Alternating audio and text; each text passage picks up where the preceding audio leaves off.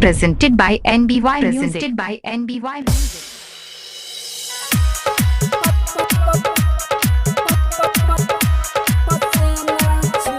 ज्योतिष recording studio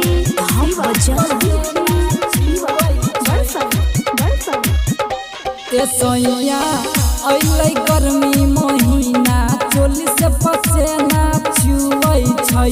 ए सोया अइलै गर्मी महीना चोली से पसेना छुअै छै। चोली से पसेना छुअै छै। चोली से पसेना छुअै छै। तलस लस करै छै दुनु फूल गेना चोली से पसेना छुअै छै। ए सोया अइलै गर्मी महीना चोली से पसेना छुअै छै।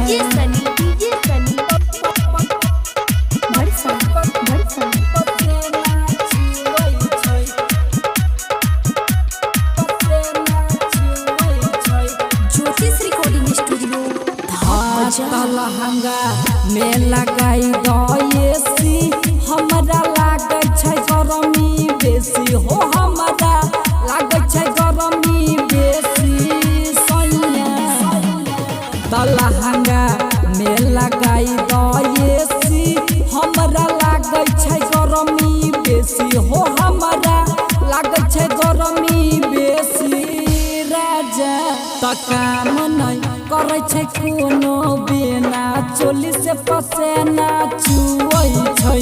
ए सोया अइलै गर्मी महीना चोली से पसेना छुअै छै।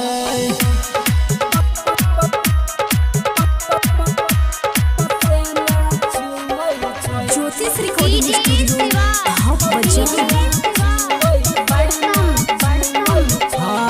दिन रात रह छो हमारा से डट के माजा लूटै छो सजिया पसट के हो। माजा लूटै छो सजिया पसट के सैया